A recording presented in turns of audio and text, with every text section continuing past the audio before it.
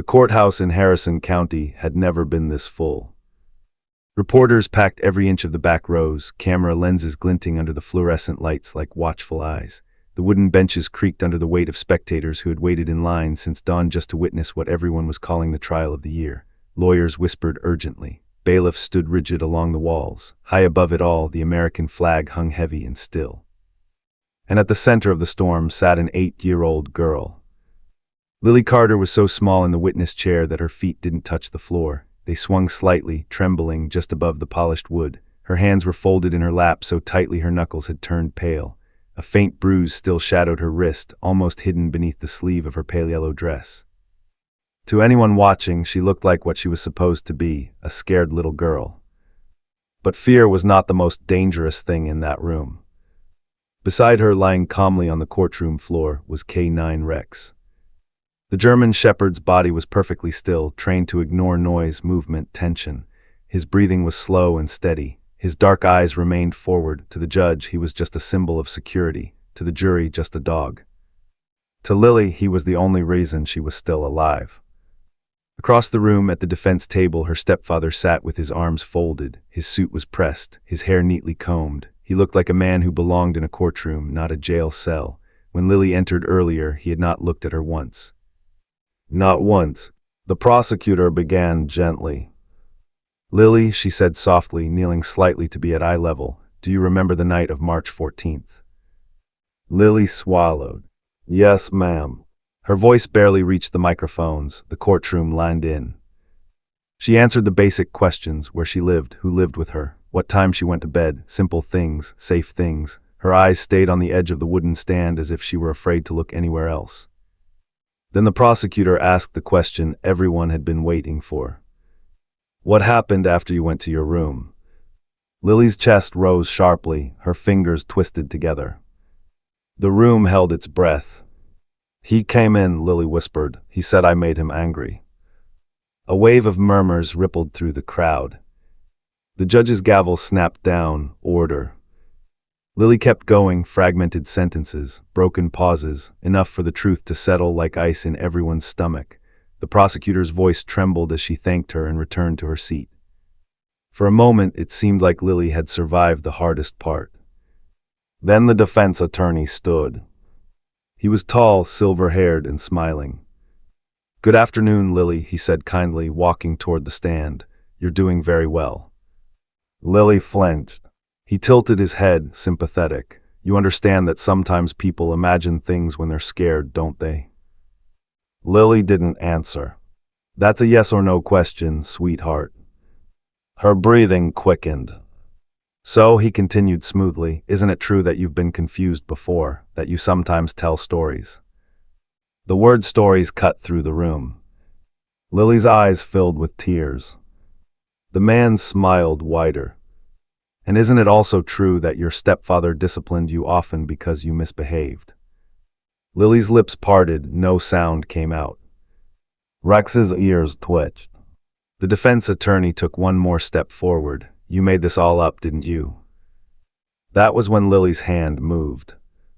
Just slightly.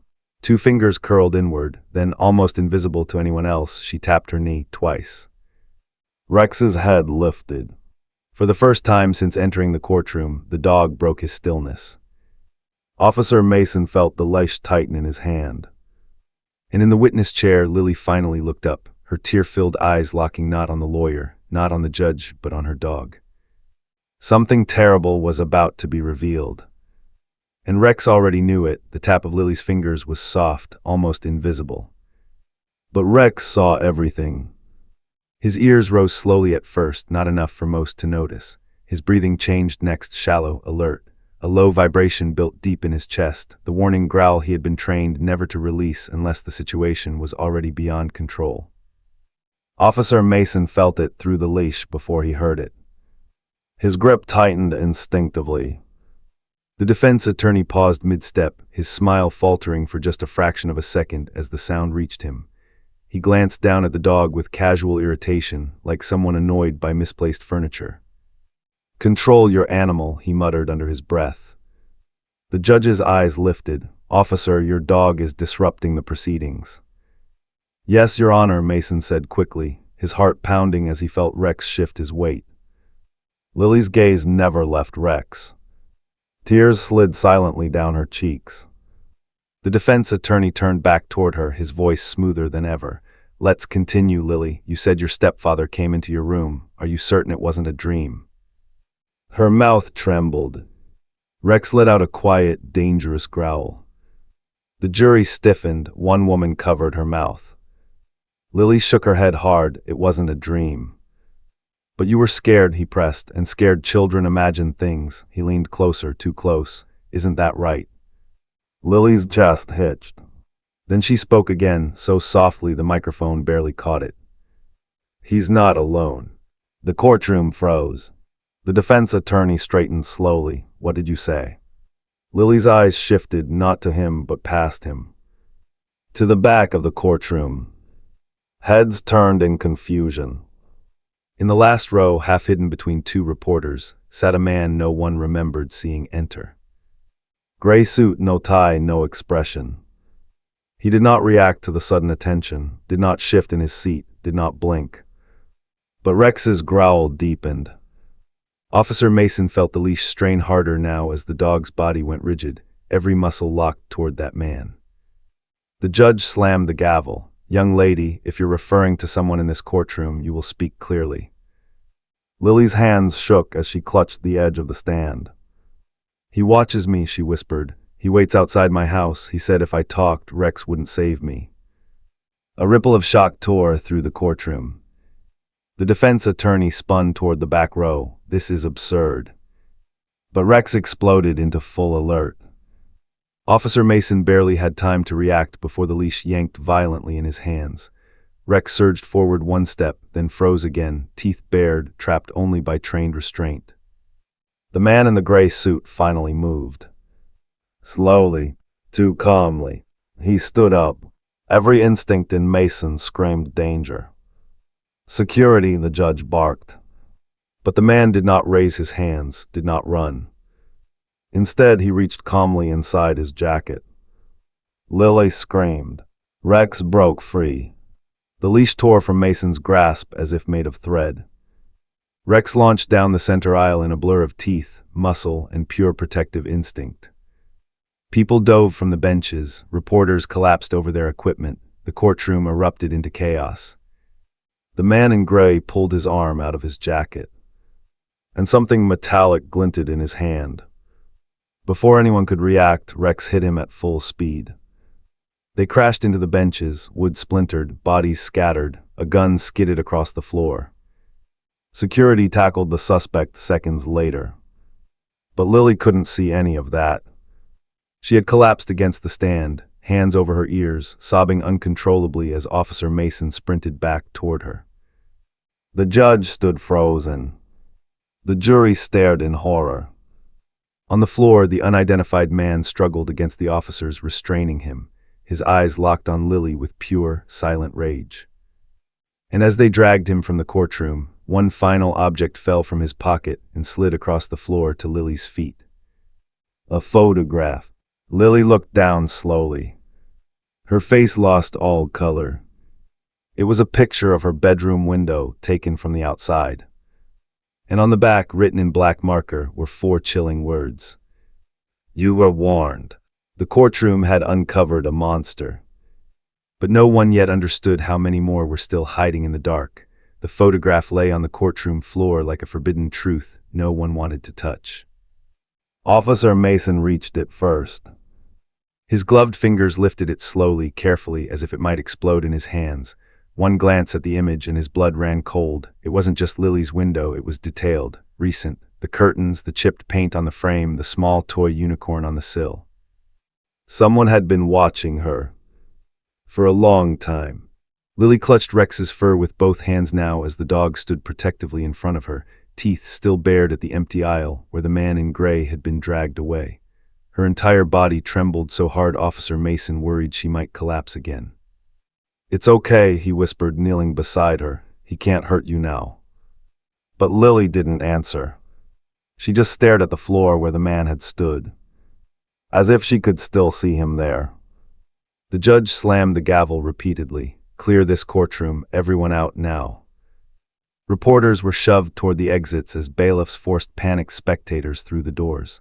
The jury was rushed out under guard. Even the attorneys were ordered to leave. Within minutes, the massive courtroom was reduced to a handful of people: Lily, Rex, Officer Mason, the judge, and 3 senior investigators. The doors were locked. The judge exhaled heavily. Someone start explaining now. Officer Mason handed over the photograph. This man was not on any witness list. No badge, no credentials. He entered after security screening when the press arrived, blended in. One of ours, the judge asked. We don't think so. Lily suddenly spoke. He's the one who waits, she said quietly. Everyone turned to her. He waits by the fence when it gets dark. He tells me what I did wrong that day. Her voice cracked, and he tells me how much time I have left if I talk.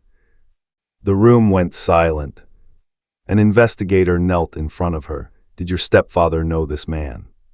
Lily hesitated, then nodded. He brought him once, she whispered. They talked in the garage. I heard them say my name. Officer Mason felt nausea rise in his throat. The stepfather hadn't been acting alone. Not even close. Security radios suddenly crackled to life. We've got movement in the east corridor, possible breach. Mason spun toward the door. Rex lifted his head instantly. The silence shattered into motion. Officers flooded the hallway outside. The heavy courtroom doors remained locked, but frantic shouts echoed through the corridor. Footsteps, orders, a struggle. Then gunfire. One shot. Two. The judge stumbled backward. Lily screamed and buried her face into Rex's neck. Minutes felt like hours before an officer burst back inside, breathless. It was a diversion, he said. They tried to hit the evidence room. Who? The judge demanded. The officer swallowed. We don't know yet, but they weren't after the picture. A new wave of dread rolled through the room. If not the photograph, then what? Mason asked. The officer looked at Lily.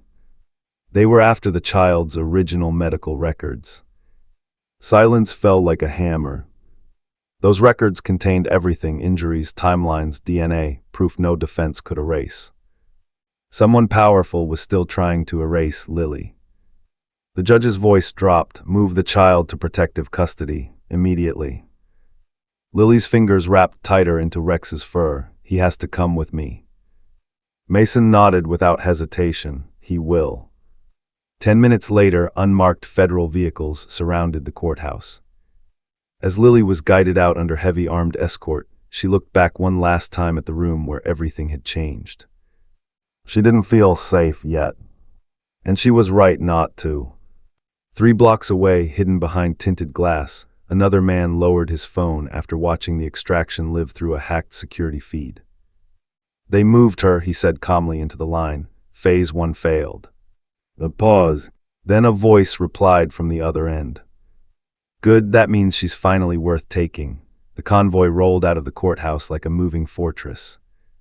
3 unmarked SUVs, 1 armored transport in the center. No sirens, no lights, just speed and silence. Lily sat in the middle vehicle, buckled tightly in the back seat between 2 federal agents. Rex lay on the floor at her feet, his body pressed against her legs, eyes locked on the darkened windows. Officer Mason rode in the front seat, scanning every passing intersection. No one spoke. Every red light felt like a trap. Every passing car lingered too long. The radio crackled with low updates, secure routes, switching roads, no confirmed tails. Still, Mason couldn't shake the feeling crawling up his spine. Rex's ears twitched constantly, tracking movement even Mason couldn't see. 5 minutes to the safe house, the driver murmured. That's when Rex growled. Low, continuous. Not at the road ahead. At the rear window. Mason turned just as headlights flared behind them, far too bright, far too close. Vehicle approaching fast, he warned. The SUV behind them swerved to block, but the pursuing car split lanes with terrifying precision. Another set of headlights burst from a side street. 2 vehicles now. Coordinated. Contact, we've got contact, Mason shouted. The first impact came without warning. Metal slammed into the convoy's rear SUV, flipping it sideways in a shower of sparks. Gunfire erupted instantly. The street exploded into chaos, shattered glass, skidding tires, people diving from sidewalks as bullets tore through storefronts. "Ambush, ambush," the radio screamed. The transport vehicle accelerated hard, swerving through traffic. Mason braced himself as rounds punched through the rear of the car. An agent beside Lily was hit in the shoulder and collapsed without a sound. Lily screamed. Rex lunged forward, planting himself between her and the wounded agent as if he could shield her with his body alone. The road ahead vanished as a truck jackknifed sideways, blocking the entire street. "Road blocked," the driver yelled. Too late. The armored transport slammed into the barrier and skidded sideways into a pole. The world turned into spinning lights and crushing noise. When Mason came to, his ears rang with nothing but high-pitched silence. Smoke filled the vehicle. Shattered glass cut into his hands as he turned. "Lily," he shouted. She was unconscious, strapped in her seat, blood trickling from her forehead. Rex was already moving. He tore through the wrecked door with brute force, landing in the street just as black-clad attackers swarmed from both ends. Gunfire erupted again. Bullets ripped through metal. One struck Mason in the thigh, dropping him to one knee, but he fired back blindly toward the shadows. Rex launched at the first attacker. He hit with the force of a missile, taking the man down hard. Teeth, screams. The dog moved like lightning, ripping through one threat after another as if driven by something beyond training.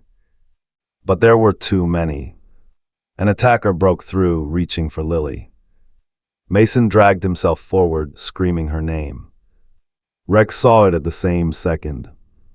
The dog leapt mid-air collision just as a gunshot rang out. Time stopped. Rex crashed into the attacker, but his body twisted strangely as they hit the pavement. The man went down. Rex didn't get up. "Rex," Lily cried weakly from inside the wreck. Mason crawled to him, his hands shaking as he reached the dog's side. Blood soaked into the pavement beneath Rex's shoulder. The attackers began retreating. Sirens were approaching fast now. One final car peeled away into the night. Mason pressed his hands against Rex's wound, fighting panic as reinforcements flooded the scene. "Stay with me, partner," he whispered. "Stay with me." Lily was pulled from the wreckage, dazed and crying as medics rushed in. She saw the blood. She saw Rex. And her scream ripped through the ruined street louder than the sirens. As paramedics loaded Rex onto a stretcher, his eyes fluttered once, finding Lily. Barely alive. And in the distance, watching from a rooftop through a rifle scope, a hidden figure lowered his weapon and spoke quietly into a burner phone. "The dog took the hit." A pause. Then the reply came back, emotionless and final. "Good, now finish the girl." The trauma bay doors burst open under a wave of shouting voices and flashing lights. "Gunshot wound, K9 unit, losing pressure." Rex's stretcher rolled through the ER at full speed, blood trailing behind the wheels. Doctors surrounded him instantly, cutting away fur, hands moving with controlled urgency. His chest rose only faintly. A bullet had torn through muscle and narrowly missed his lung. Lily was rushed in moments later, dazed, a cervical collar locked around her neck. The sight of Rex vanishing into surgery broke what little strength she had left. "No, don't take him," she cried, fighting the medics until Officer Mason appeared beside her wheelchair, pale from blood loss but still moving. "He's fighting, Lily," Mason said through clenched teeth, "just like you." The words barely held her together. Within minutes, the hospital shifted into full lockdown. Armed federal agents sealed every entrance. Elevators were locked under guard. Rooftop access was sealed. Local police surrounded the perimeter in widening rings. The siege on the street had already gone viral online. Burning vehicles, shattered glass, and the body of the attacker Rex had killed covered beneath a tarp. Everyone knew this was no longer just a child abuse case. This was a war. Lily was wheeled into a guarded ICU room. 2 agents took positions at the door. Another stood at the window. The hallway outside echoed with boots and radios. Mason collapsed into a chair beside her bed, his leg bandaged tight. For the first time since the courthouse, everything looked still. Too still. "Did we lose him?" Lily whispered. Mason shook his head. Not yet. Her fingers curled around the edge of the blanket. They said they would take me if I talked. Mason's jaw tightened. They were wrong. Down the hallway, a nurse pushed a medicine cart toward the ICU doors. Her head was lowered beneath a surgical cap. Her badge flashed briefly in the overhead light, temporary staff. She stopped at the door. "I'm here for the patient's sedation," she said calmly. The two agents barely glanced at the badge before stepping aside. Inside the operating wing, Rex's heart rate dipped dangerously low. Surgeons moved faster. The beeping grew uneven. In Lily's room, the lights flickered. Once, twice, the nurse stepped inside. Mason felt the wrongness instantly. "Hey," he started. Too late. The nurse's hand flashed beneath the cart and came back holding a suppressed pistol. The first shot dropped the agent at the door. The second shattered Mason's chair as he dove sideways, dragging Lily's bed down with him. Glass exploded from the window as return fire tore through the room. The nurse moved with deadly precision, advancing toward Lily. "You should have kept quiet," the woman said coldly. Mason fired back, the bullet grazing her shoulder. She barely reacted. Down the hall, alarms began screaming. "Active shooter, ICU wing, active shooter." The woman raised her weapon again. Lily stared straight down the barrel. Then something crashed through the door at full speed. A blur of fur and blood and rage. "Rex!" He tore into the shooter with everything he had left. They slammed into the wall. The gun fired once more into the ceiling before disappearing beneath the chaos of snapping jaws and flailing limbs. The woman screamed. Then everything went still. Agents flooded the room seconds later, weapons raised. Rex collapsed beside Lily's bed. "Alive, barely." Doctors rushed in again, dragging Rex back toward surgery as Lily sobbed uncontrollably, reaching for him until her fingers slipped from his fur. The shooter was dead. But the nightmare wasn't over. An agent burst into the room holding a phone. "They traced her device," he said. "She wasn't acting alone." Mason forced himself upright. Where the signal coming from? The agent looked at the screen, then slowly lifted his eyes. Inside the hospital. Lily froze. Somewhere in the massive building, another shadow moved. Closer. Smarter. And this one hadn't missed yet. The hospital no longer felt like a place of healing. It felt like a trap. After the second attack, every hallway filled with armed agents. Doors were barricaded. Nurses were pulled aside for rapid identification. Patients whispered in fear as tactical teams moved room to room with weapons raised.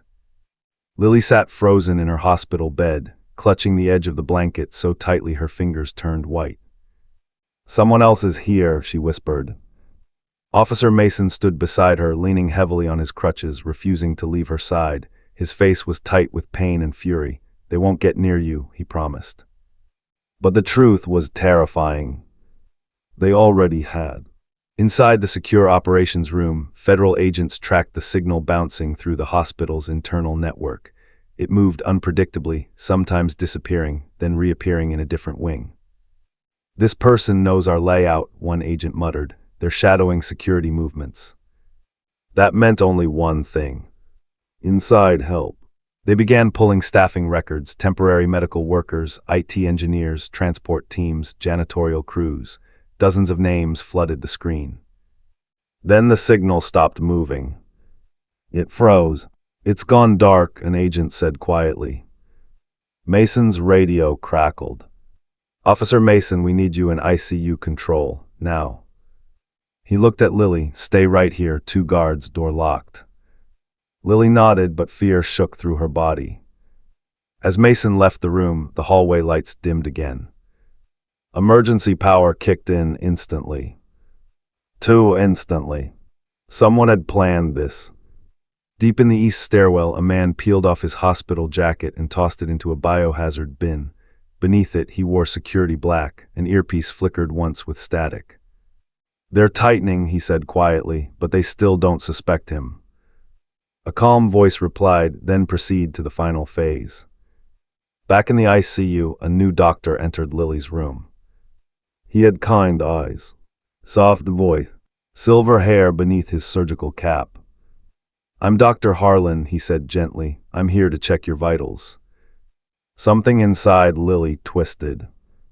It wasn't what he said. It was how he smelled. Cold, metallic, like the man in the courtroom. Her breath caught. The guards glanced at his credentials and stepped aside. Dr. Harlan moved closer to her bed. "You've been very brave," he said softly, "but it's almost time for you to sleep." He reached for the IV. Lily saw the clear syringe in his hand. And she remembered. She remembered the garage. She remembered the voice that didn't belong to her stepfather. She remembered this man. "You were there," she whispered. His hand froze. The kindness vanished from his eyes. He leaned closer. "You should have stayed quiet." The door suddenly burst open as Rex was wheeled past the corridor toward surgery, his eyes briefly open, unfocused. And in that split second, Lily did something no one expected. She screamed, not in fear, in warning. "He's the one." The guards swung their rifles up instantly. Dr. Harlan lunged. The syringe plunged into Lily's IV port just as gunfire hammered the walls.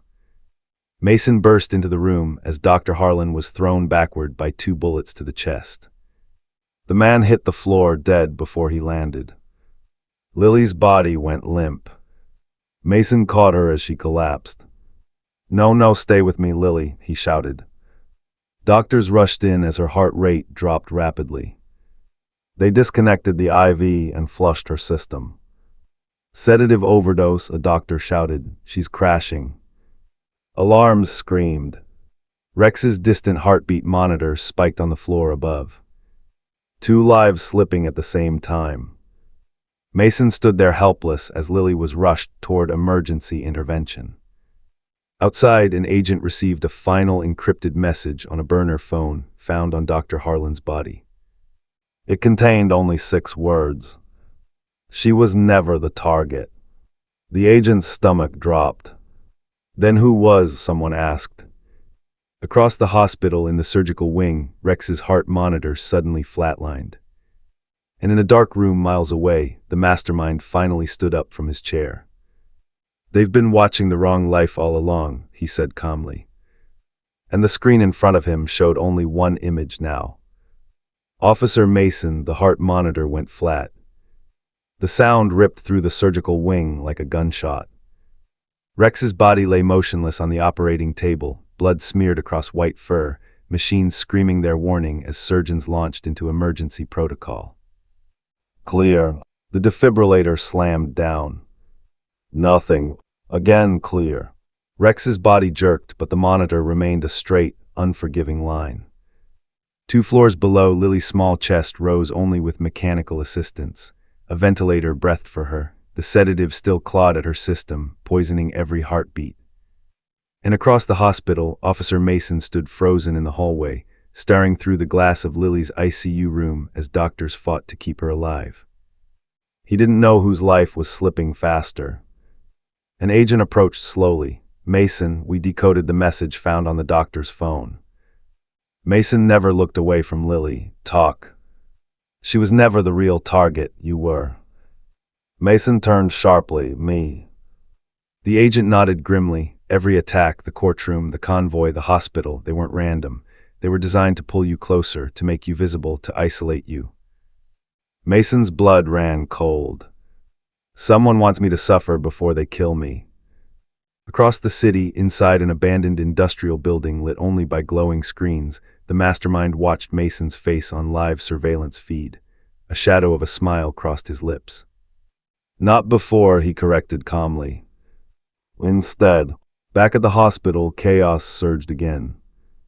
A nurse ran down the hallway shouting, "Security down in the parking level, multiple officers hit." It was happening again. But this time it felt different. Purposeful, targeted. Mason turned to the agent. "They're drawing attention away from something." The agent's radio crackled violently. We've lost signal on the ICU wing. Repeat, we've lost. The lights went out. Emergency power hesitated, then failed completely. The hospital dropped into pitch-black silence. Screams erupted. Gunshots followed. Emergency lighting flickered on seconds later, and Lily's room was empty. The bed was gone. The ventilator lay smashed on the floor. Her heartbeat monitor screamed flatline. Mason's scream ripped through the corridor. No, no. He sprinted forward, ignoring his injured leg, smashing into the room, searching frantically as if she might reappear by some miracle. But she was gone. Security footage came back online seconds later. They saw it happen. Two men in tactical black, precise, silent. They rolled Lily's bed out during the blackout, disappearing into the emergency stairwell in under 16 seconds. A professional extraction. Across the hospital, Rex's heart finally jumped back to life, one single desperate beat. In the control room, agents watched the footage in horror. They took her, someone whispered. They actually took her. Mason's entire world collapsed inward.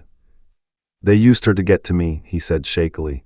From the start, this was never about silencing her. It was about breaking me. Phones began ringing across the room. Multiple agencies. Federal Command. Homeland Security. The city locked down within minutes, roads closed, airports frozen, bridges blocked. A full manhunt ignited. But it didn't matter, because the mastermind wanted Mason to find her. Mason's phone vibrated in his hand. Unknown number. He answered without thinking. A calm voice spoke. She's strong, she lasted longer than I expected. Mason's legs went weak. If you touch her.